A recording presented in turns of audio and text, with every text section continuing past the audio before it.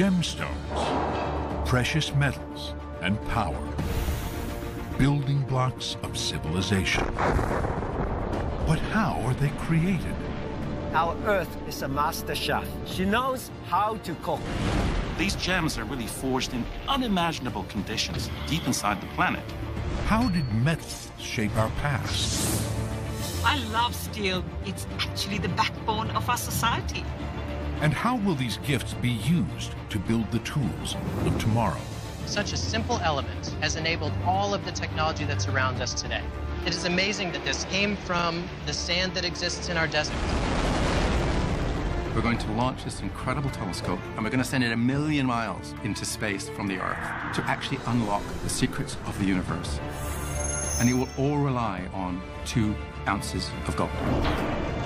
In this episode, we go behind the sparkle of gemstones. When you look into a beautiful gemstone, you're seeing something quite miraculous. What are the secrets to their beauty? This is no magic trick. This is just chemistry. And what scientific mysteries do they reveal? These are the biggest questions you can answer about geology. It's amazing the role that diamonds have played in understanding Earth as a whole. Treasures of the Earth, right now on Nova.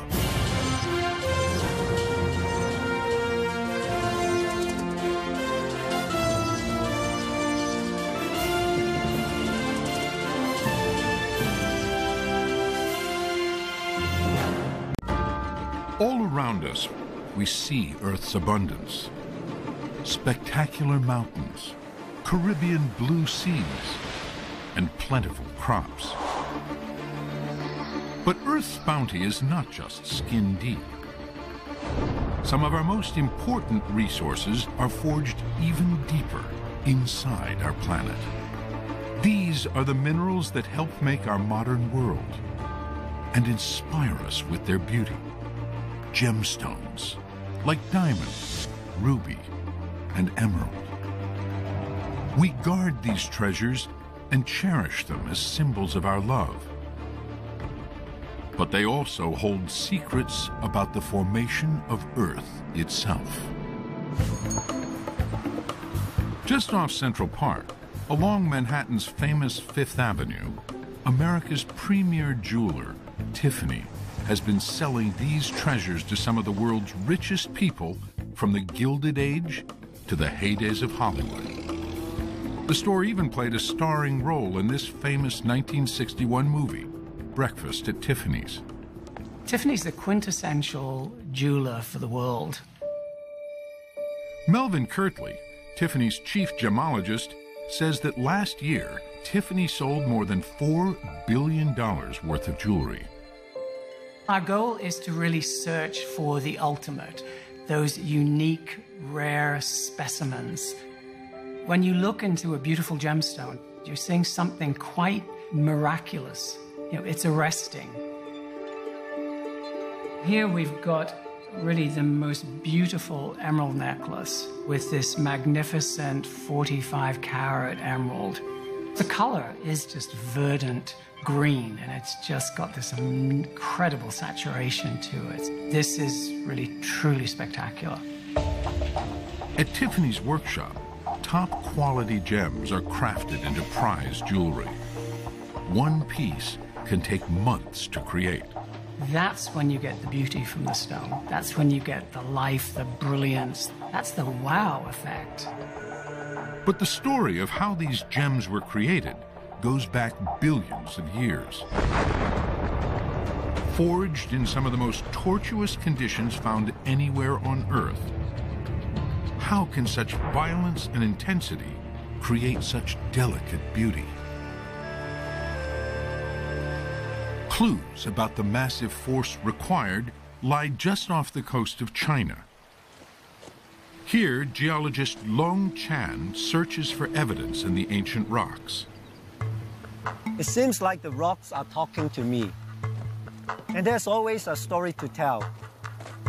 Hiding beneath the tranquility and the peacefulness of the rocks is a story of violence and tremendous complexities. It doesn't take long for Chan to find a layer of rock folded nearly in half by the forces that create earthquakes. This rock layer used to be flat-lying and continuous. Now it's completely folded, forming a V shape. The same kind of violent forces gave Earth gemstones. Every gemstone is forged by a unique geologic recipe of chemistry, heat, and intense pressure. Now Earth is a master chef, setting the temperature and pressure just right, using the right ingredient. She knows how to cook various kinds of gemstones. The most treasured of all gems are created hundreds of miles below the Earth's surface. It is here where extremely high pressures and hot temperatures turn one of Earth's most basic elements into exquisite hard crystals, diamonds. So what are diamonds made of? To discover the ingredients requires doing something horrifying for any gem lover: torching a perfectly good diamond, which is exactly what chemist Andrea Sella will do. And we often hear that diamonds are forever. But when we put this guy into a really hot flame and drop him into liquid oxygen, it begins to sparkle. And look, the diamond is burning away. And as it burns, it gets smaller and smaller and smaller. Eventually, it disappears. It's gone. We can burn it away to nothing except carbon dioxide. And that's because diamonds are made of nothing more than carbon. So we've taken the hardest natural material and we've made it disappear. And yet this is no magic trick. This is just chemistry. Carbon is one of Earth's most common elements, nature's building blocks. It is essential to all living things, plants, animals, even our bodies, and crucial to man-made structures throughout our modern world. Carbon's versatility can be seen in two things, both pure carbon, but completely different: diamonds and graphite, or ordinary pencil lead. When you look at these two, the diamond and the tip of the pencil, it seems almost insane to imagine that they're made of the same substance, the same element, carbon. And yet what it comes down to is the way in which those carbons are linked together. The way in which atoms link together is the essence of chemistry. In diamonds, one carbon atom bonds with 4 others. This is repeated to create a dense, cage-like crystal structure. But in pencil lead, carbon bonds with only 3 others, forming flat sheets that stack like a deck of cards. The sheets lie on top of each other, but are not fully bonded. They can slide one past the other. And when we write with a pencil, what we're doing is we're peeling those sheets off, 1 or 2 at a time, leaving a little gray trail, a little bit like a snail. So why do carbon atoms sometimes make 3 bonds, like in pencil lead, and at other times 4? This is just an extraordinary thing. How can one of the softest materials, one of the hardest materials, both be formed of pure carbon? Bob Hazen of the Deep Carbon Observatory says the difference between pencil lead and diamond can be explained by the environment where the bonds form. If you have fairly low pressure, the atoms can spread out. They don't feel compressed or strained, and so you have a much more relaxed crystal structure. Graphite, or pencil lead, forms in low pressure, like near Earth's surface. But diamonds only form hundreds of miles deep inside our planet, where the temperatures and pressures are extreme. As soon as you get pressure, the atoms are forced together. They have to be more and more efficiently packed together. And so the thing about diamond is carbon atoms are incredibly efficiently packed together. Those efficient bonds are the key to making these prized treasures. Recently, a remarkable diamond, the second largest gem-quality stone ever discovered, was found in Botswana, weighing in at an incredible 1,109 carats. It's truly historical. this could be, the most incredible piece of a diamond ever cut. The estimated value of the diamond is $70 million. That's a whole lot of money for a rock that is nothing more than efficiently organized carbon. The secret of that efficient organization of atoms lies deep within the architecture of the carbon atom itself. At the atom's center is a nucleus with 6 protons and neutrons. Surrounding the nucleus are an equal number of orbiting electrons, arranged in what are called shells. The innermost shell can hold only 2 electrons. The second shell can hold 8. But carbon's 6 electrons only fill up half of that outer shell, leaving the atom unstable. Every atom wants to find a comfortable electron arrangement, a filled shell. Now, carbon is in a funny position. It's got 6 electrons. So it's 4 away from 2, it's 4 away from 10, it's in the middle. So carbon is never quite that happy. It's always kind of striving to find a different configuration. The configuration when carbon is most happy is when its electron shells are filled, like in this diamond crystal. But there are many combinations that can fill carbon shells. And that's why it's such an important element in our natural world. It even plays a starring role at this glamorous Tiffany Gala. The movie star's hair is made of protein, which is packed with carbon. Their flawless skin and high cheekbones have a lot of carbon too. And of course, under the extreme conditions deep inside Earth, carbon atoms bond into the exquisitely hard, exquisitely clear, and exquisitely expensive diamond. But it took a lot more than beauty for these diamonds to get to the red carpet. Diamonds are forced to Earth's surface in a very special kind of volcanic eruption. The rock inside traveled hundreds of miles through Earth's mantle at up to 30 miles an hour. The diamond just comes along for the ride. Raw diamond crystals can be seen still embedded in this rock, known as kimberlite. The diamond was just an accidental passenger en route to the surface of the Earth. These eruptions leave behind very deep funnels of kimberlite and diamond, which is why mining diamonds takes a severe toll on the landscape, and at times an even bigger toll on humans. In places like Sierra Leone, Africa, uncontrolled mining has led to horrific conditions for the miners. The diamonds they find can head straight for a black market that have funded warlords and weapons in brutal civil wars. These are the so-called blood diamonds.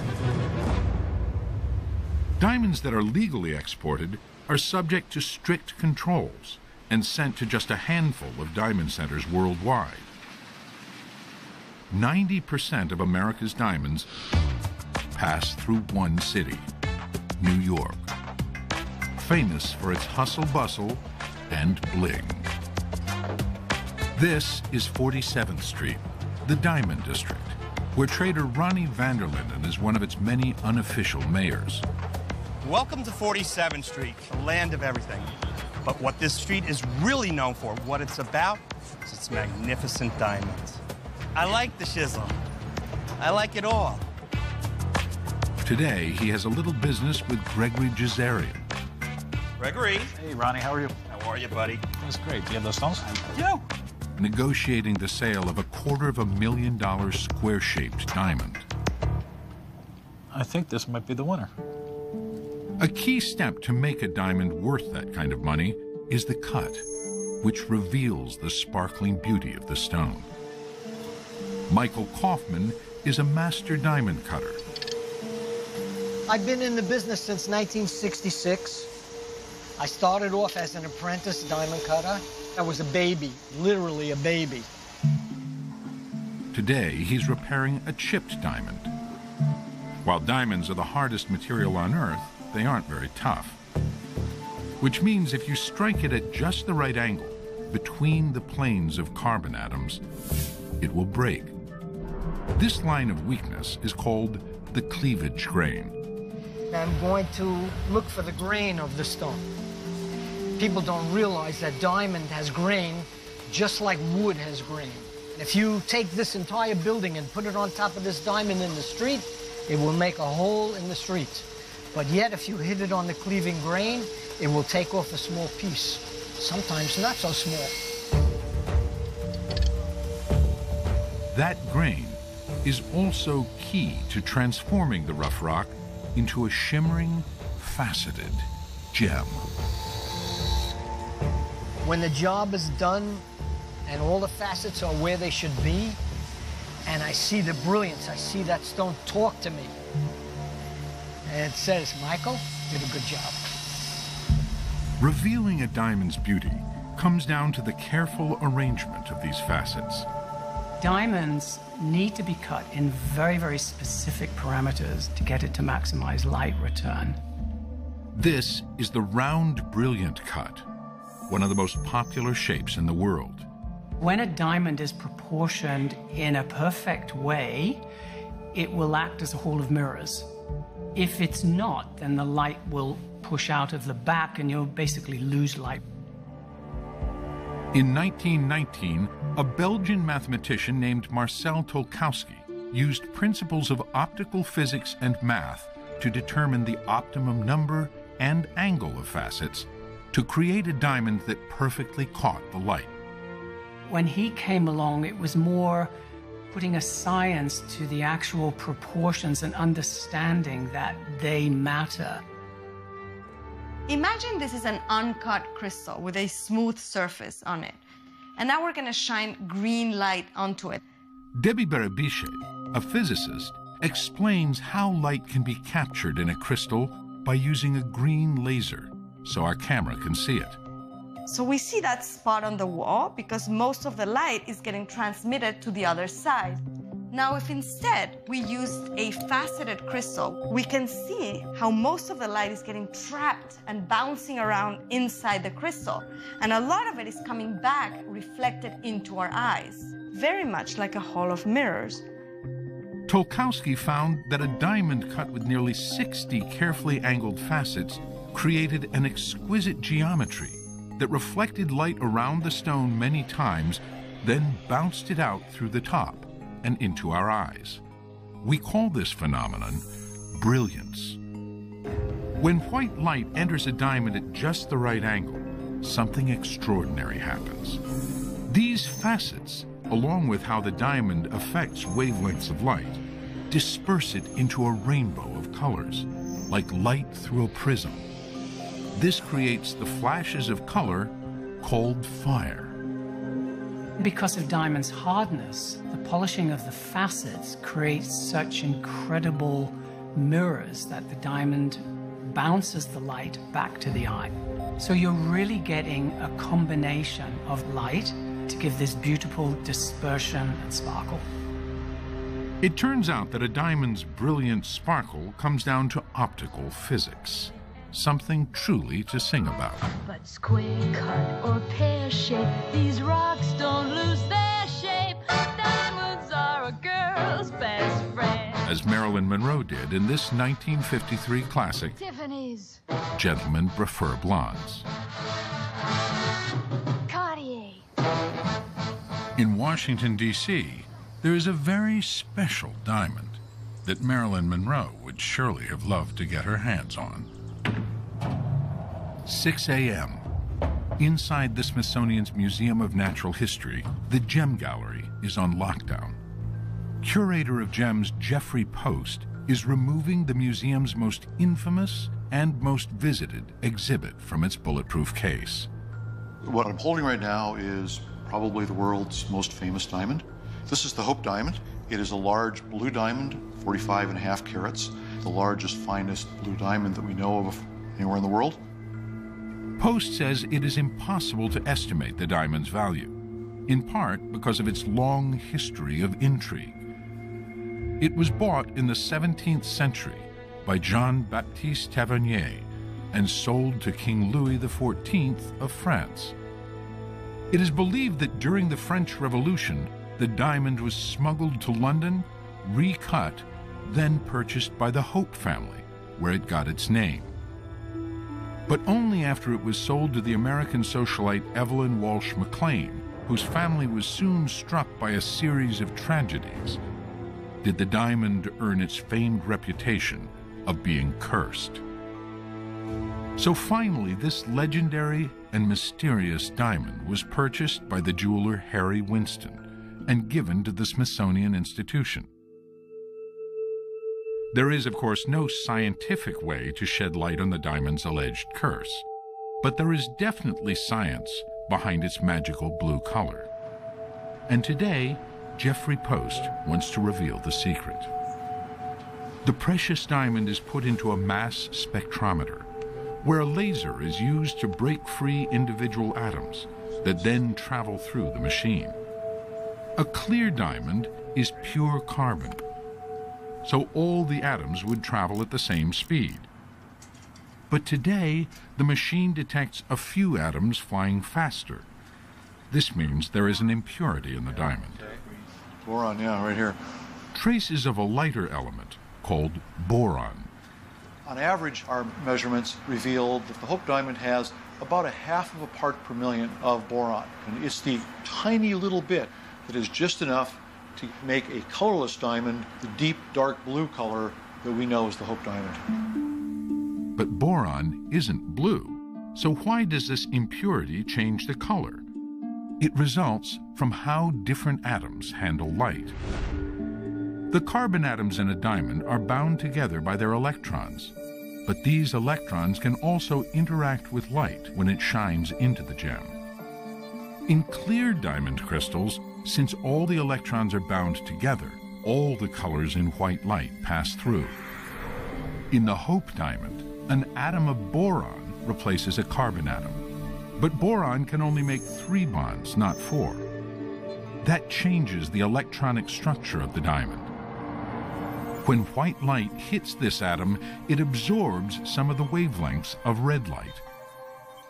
But the blue light passes right through, making the Hope Diamond appear its unique color of blue.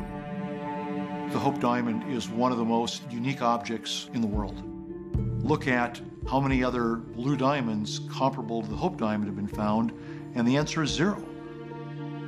There may not be another diamond quite like the Hope, but gems can come in a surprising array of colors. We all know emeralds are green, rubies red, and sapphires blue. Well, frankly, that's just plain wrong. Is this a sapphire? This is blue. It looks like a sapphire. It's nice and big, but it's not sapphire. You can't go by color. In fact, none of these green stones are emeralds. Yet surprisingly, all of these are what we call sapphires. Color is something that Mike Scott is passionate about and wants to understand in everything from brilliant gemstones to the koi fish he keeps in his backyard. Color brings out all kinds of emotion, just like smells do. I enjoy the complexity or understanding how things work. To me, color sets what mood I'm in. Scott has amassed what is considered one of the world's most important collections of gems outside of a royal family. Mike Scott is one of the world's great connoisseurs of gems. He goes out of his way to find the most beautiful colored stones, and each of those colored stones is telling us a story. Part of my collection is just show there's more to the world than sapphire, ruby, and emerald. Scott may not have a diamond quite like the Hope, but he has collected diamonds in almost every known color, including yellow, green, pink, and even the rarest, red. Scott's rainbow collection was made possible by Apple Computers. He made his fortune as the first CEO, taking it from Steve Jobs' garage to going public on Wall Street. I hand-built the first 10 Apple IIs. But Scott says his first task at Apple came not from Steve Jobs, but the other employees at the time. My first job as president of Apple was to tell Steve Jobs he had to take a bath. It seems that Steve's special diet was creating body odor. He negotiates everything, so he agreed to take a bath more often, and I had to agree to read his diet book, hopefully that it would cause me to lose some weight, which it didn't. Scott didn't plan on investing his fortune in gemstones, but he got hooked the first time he tried to buy himself an expensive one, because it turned out to be a fake.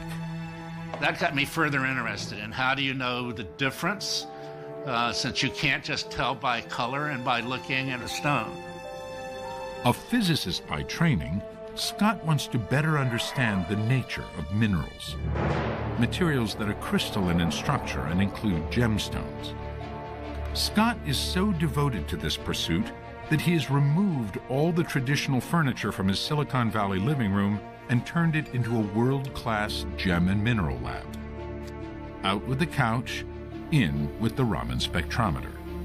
Mike Scott has put part of his fortune into building the world's largest database of minerals, their structures, their properties, their optical characteristics, so we understand this rich realm, the kingdom of minerals, in much more complexity and completeness than we ever have before. Today, Scott is analyzing a sapphire, a 30-carat one. This one's from Sri Lanka. Like the Hope diamond, it's blue, but how it got its color is a completely different geologic story. Sapphires are actually more rare than diamonds. Making one requires the force of moving mountains, literally. Sapphires are formed in Earth's crust, not the deeper mantle where diamonds form, during the geologic process of plate tectonics. All the continents on Earth ride on giant tectonic plates, pushed and pulled by heat deep within the Earth. For likely billions of years, the continents have moved around, crashing over and under each other, causing earthquakes and pushing up huge mountains.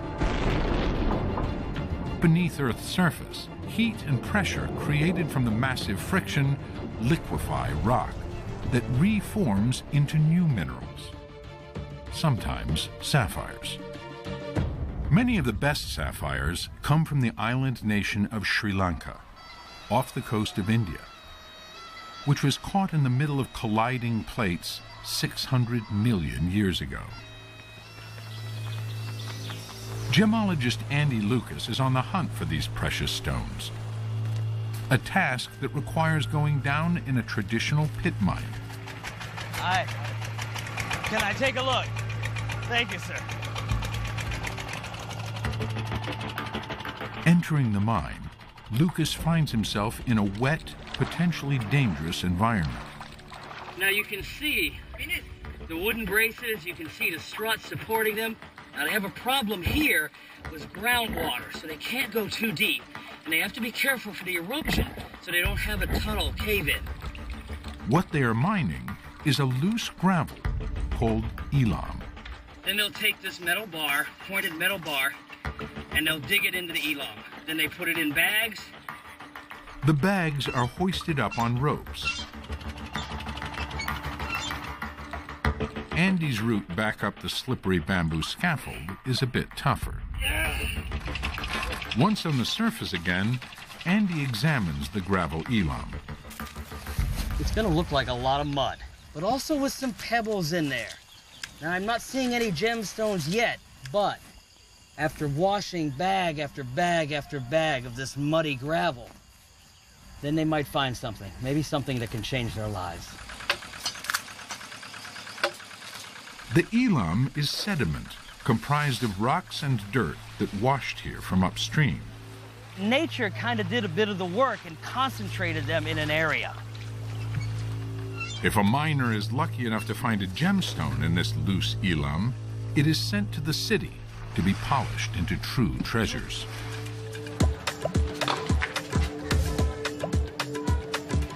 Armil Samun and his family specialize in polishing and cutting sapphires. My family has been in the business for 5 generations. It comes into your blood and then it stays there. It's the beauty of the stone. It's just beautiful. You can just sit for hours just drooling over it. Today, they're at work trying to figure out how to cut a 90-carat rough sapphire. A finished gem jumps in value when it hits a larger threshold, like 10, 20, or 50 carats. It's almost a perfect crystal. Samoon's goal is to cut this down to a well-faceted 50-carat gem, but that will take careful planning. We can sit on it for 2 weeks, 10 days, just, fool around with it, think what's best.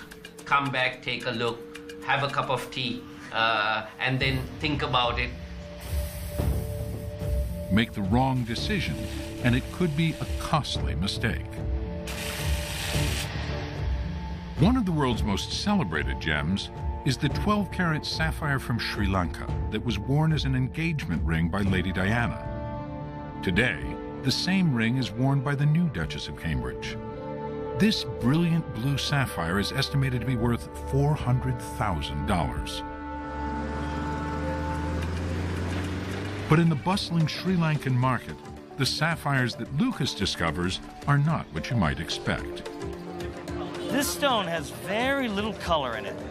Not quite colorless, but almost. Believe it or not, this is a sapphire. Sapphires are a variety of the mineral corundum, which in its pure state is colorless. Corundum crystals are made up of aluminum and oxygen atoms. It is the second hardest natural gemstone after diamond. But colorless corundum is not a treasure. Its value comes from its impurity. What gives corundum its color is what we call trace elements.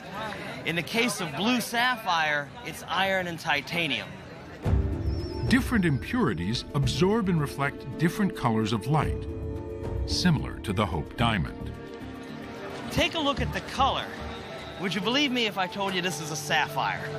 This stone is purple, and it's still a sapphire.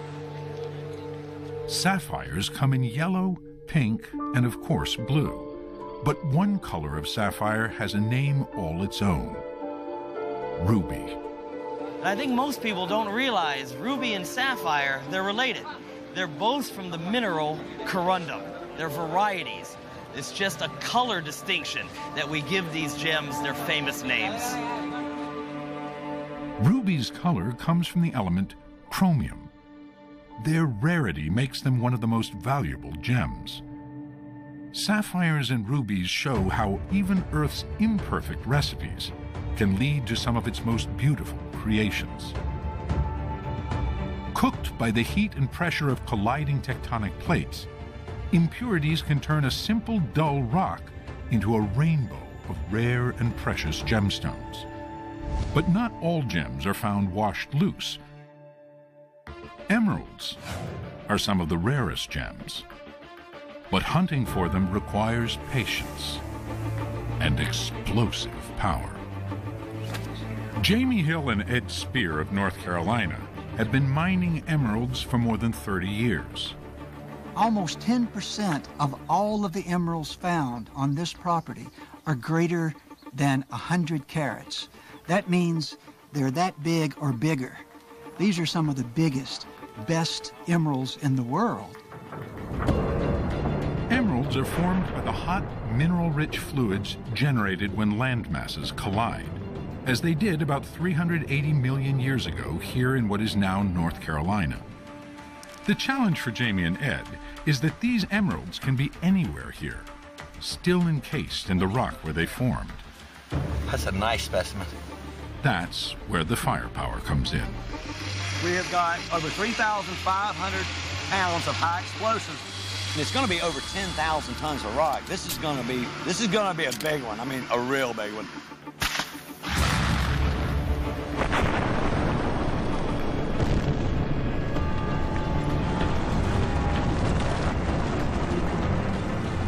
Blowing up a lot of earth is all in a day's work for Ed and Jamie.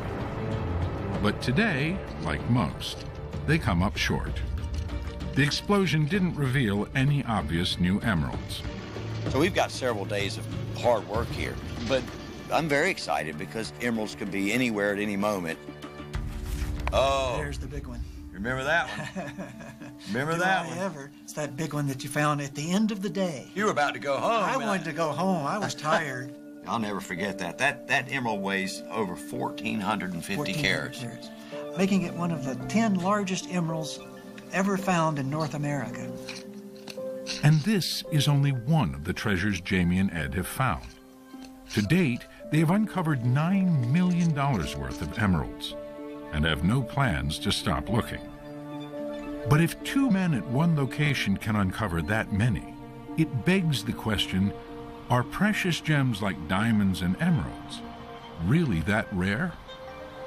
It's so funny to think about the marketing of diamonds, making them sound incredibly rare and incredibly valuable. And of course, a big, perfect diamond is a rare object. But the typical diamonds, half a carat, 1 carat diamond, they're available by the billions. And they have to be, because otherwise you wouldn't have a jewelry market. Robert Hazen believes that the value of gemstones is largely a creation by the jewelry industry, not nature. But in some cases, the value comes from traditions, thousands of years old. Nowhere is that more evident than in modern Beijing. Here, despite the onslaught of rising wealth and luxury goods, there is one ancient treasure that rises above all others: jade. In China, jade can be even more valuable than diamonds. This jade necklace is called Water's Love. It is made up of the highest quality stones, perfect for attending galas. It will elevate the party-going lady's status instantly. Whoever wears Water's Love, she will be the queen of the party.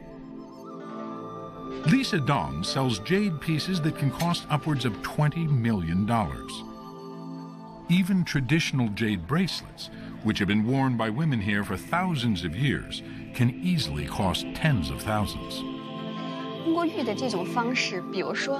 When you click two jade pieces together, the clicking sound represents a character trait, a refusal to be contaminated by evil influences. Jade bracelets are thought to bring luck and happiness with no end or beginning, just like their shape. When a Chinese woman marries, diamonds are not important. What is important is to have a jade bracelet and ring. They embody the ideas of Confucius: benevolence, righteousness, courtesy, wisdom, and trust. How can one stone mean so much to so many? There is no better place to find an answer than in the heart of Imperial China, the Forbidden City. Lin Shu is a specialist in ancient jade. Westerners may believe jade is a normal stone, but in the eyes of us Chinese, jade is not only a beautiful stone. We have such a long history of jade objects in China. From its initial use of connecting us to the gods, we add more functions to it throughout the years. And now, the culture of jade coincides with Chinese culture and history. Over China's very long history, jade became increasingly connected with the imperial ruler. Jade's association with the emperor developed in stages. Owning jade was forbidden to common people. They could lose their heads if they were caught using jade. There were strict rules. Some of the most important pieces of jade were the emperor's seals, called shi. All of the 25 shi were equally important, tightly connected to the emperor's rule and lawmaking. This is a green jade shi for signing important documents that make announcement to the entire nation. Whoever owned the shi was to own the entire country. Ever since then, every dynasty carried on the tradition. Dynasties fought over the control of the shi. The English word for jade describes what are actually two completely different minerals: jadeite and nephrite. In my left hand is a mineral called jadeite. In my right hand is a greenish mineral called nephrite. Both are, generally speaking, referred to as jade. But chemically, these are two very different minerals. One way you can tell between a jadeite and a nephrite is to rub one against the other. And you can see that the jadeite, being slightly harder, can scratch the nephrite. Nephrite has the much longer history in Chinese culture. One massive piece of nephrite jade that was prized above all others by the emperor still sits in the Forbidden City. Altogether, this sculpture took 10 years to complete. It is also the largest jade sculpture in China. That tradition of intricate carving still continues in the town of Yangzhou, north of Shanghai. Jade is not chipped away like marble. Historically, pedal-powered machines and a hard abrasive were used to slowly grind and shape the stone.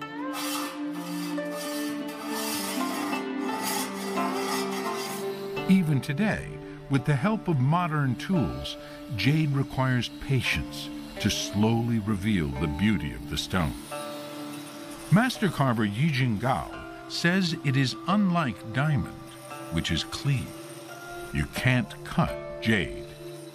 The first step is to remove the unnecessary parts. The second step is grinding slowly for the piece to take shape. The earliest uses of jade were as primitive tools, because the toughness and durability of the stone allowed it to be shaped into useful forms. Richard Vinci is a materials scientist at Lehigh University. Mostly we associate toughness or being damage tolerant with metals. With a lot of minerals, as soon as they start to crack, they just come apart.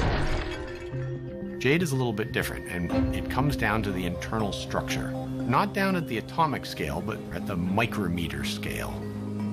Well, that's looking more promising.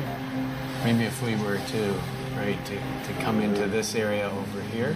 This piece of jade has all of these little crystal fibers that are long and skinny. They look almost like little noodles of spaghetti, and they're all packed together tightly to make the solid crystal. In this area, the fibers are all running this way, but in this area, looks like they're running across this way. Down here, they're running at sort of a diagonal. So as you try to crack it, the crack may go through one bundle following the fibers, but as soon as it hits the next bundle where the fibers are oriented in a different direction, it has a very difficult time, and that gives it a fair degree of toughness. That toughness has led to another belief, widespread in China, that jade protects the person who wears it. One reason so many people buy jade jewelry. Chinese people normally believe jade carries a blessing. We've all heard many stories that a piece of jade shatters in order to protect his master. I think it's often the case that people associate physical characteristics with more moral or mystical characteristics. So the characteristics that we associate with that material are coming from its individual atoms and their electron structure and how those atoms are arranged. We really can't appreciate that at the level at which we're using it, but we certainly appreciate the properties that result from it. There is another gem with unusual microscopic properties that some call the Queen, and it is mostly found down under. Australia has 95% of the world's precious opal.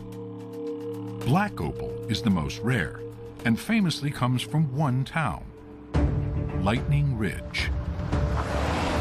Anthony Malonis is a fourth-generation miner. It's in my blood. I look at diamonds and emeralds and rubies and sapphires. Well, opal's the queen. Opal is the queen of all the gems. Malonis says the only way to find an opal is to carefully dig away at the outback's clay walls. The thing about opal, just when you think you know what you're doing, it'll surprise you. It can form anywhere. And what you don't want is this piece of machinery going right through a big opal. Fortunately, In the white rock, the colors of opal make it relatively easy to spot. These vivid colors are what gives the stone its value. Opal can come in many colors, including deep blue-greens, intense purple, or fiery red, and it has a sparkle all its own, again a result of its microscopic structure. I love opals. Not only are they very flashy, but they're also very different from most of the other gemstones. And instead of irregular little crystals, they're these perfect little spheres. An opal is made up of tiny spheres of silica, a mixture of silicon and oxygen found in sand and even ordinary window glass. The spheres are so small that when packed together, they can scatter wavelengths of light, creating flashes of different colors. And so, depending on the size of the spheres, you will get different colors appearing. Certain opals will flash mostly green or mostly red, or maybe a mixture of these colors. Opal is not a crystal, like most other gems. It is a collection of billions of glassy spheres packed together and surrounded by a small amount of water. Just how opals formed is not completely understood. One interpretation is that under rare conditions, water percolated through the ground and dissolved silica from rock. That viscous mineral mix filled in cracks in the earth and slowly solidified, like jello in a mold. Opal can form in any gap, or even fill in fossils left by ancient life. These rare fossils are a colorful record of a prehistoric world, preserved in part by a unique geology in Australia where very little happened. All evidence of an exquisite connection between geology, life, and precious gems. The beauty of every gem comes from a unique recipe inside Earth. But can they tell us something more? Are there clues held by these gems that can solve some of the most enduring mysteries in the field of geology? One of those mysteries is when the important process of plate tectonics began. Giant tectonic plates, pushed and pulled by the need to release heat deep within Earth, have shaped the map of the continents into what we know today, and made Earth more geologically active than all other known planets. But when did this critical process begin? When plate tectonics begins is a huge question. Some people think it's more than 4 billion years ago. Some people think it didn't really get started until less than 1 billion years. That's a huge discrepancy. So any insight we have on how plate tectonics began is incredibly valuable to understanding our dynamic planet. Stephen Shirey at the Carnegie Institution for Science thinks these diamonds may hold the answer, literally. So we're looking at 3 rough diamonds. Rough diamonds means uncut. Shirey, a geochemist, is investigating what others consider bad diamonds, ones with flaws, tiny bits of earth trapped inside called inclusions.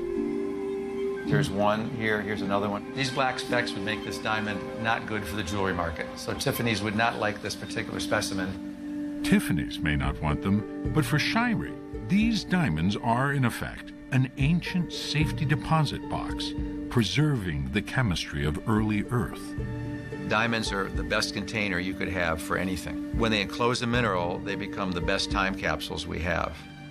The first step is getting to the flaw. After all, this container is made of the hardest material on Earth. What we have here is a diamond cutting laser. It's going to cut from top to bottom, and that part of the diamond will be actually vaporized. All right, Joe, let's go ahead and cut this baby, all right? Here we go, ready? When I see a diamond, like anybody, I love its beauty, but I really love a diamond that has a lot of flaws. Then the diamonds are polished to clearly reveal the inclusions. Then we can get a really good look at the inclusions. And you can see 1, 2, 3, 4. By breaking through the diamond and analyzing the chemistry of the minerals, Shirey has found something startling. Minerals billions of years old that could only have formed on the surface. But given that diamonds form deep within the Earth, how did that happen?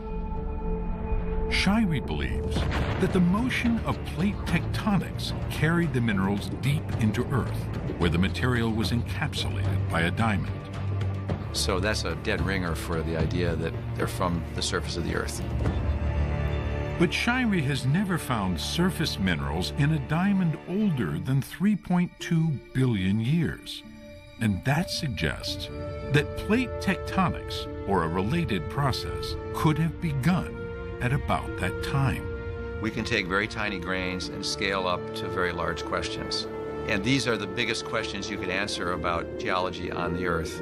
And we're doing it with almost the smallest specimens that the human can study. You know, it's amazing the role that diamonds have played in understanding Earth as a whole. Diamonds give us hints about how Earth works and how it was made. The journey of gemstones, both flawed and flawless, reveal forces of Earth's unimaginable power, as well as the heights of artistic and scientific endeavor. Around the world, that process continues today, as scientists are finding new uses for these ancient treasures. Lasers that employ the clear optics of rubies, and diamonds' thermal conductivity used in the next generation of quantum computing. So whether under museum guard, for sale at Tiffany, or in laboratories around the world, these treasures prove that their value, both aesthetic and scientific, can indeed last forever.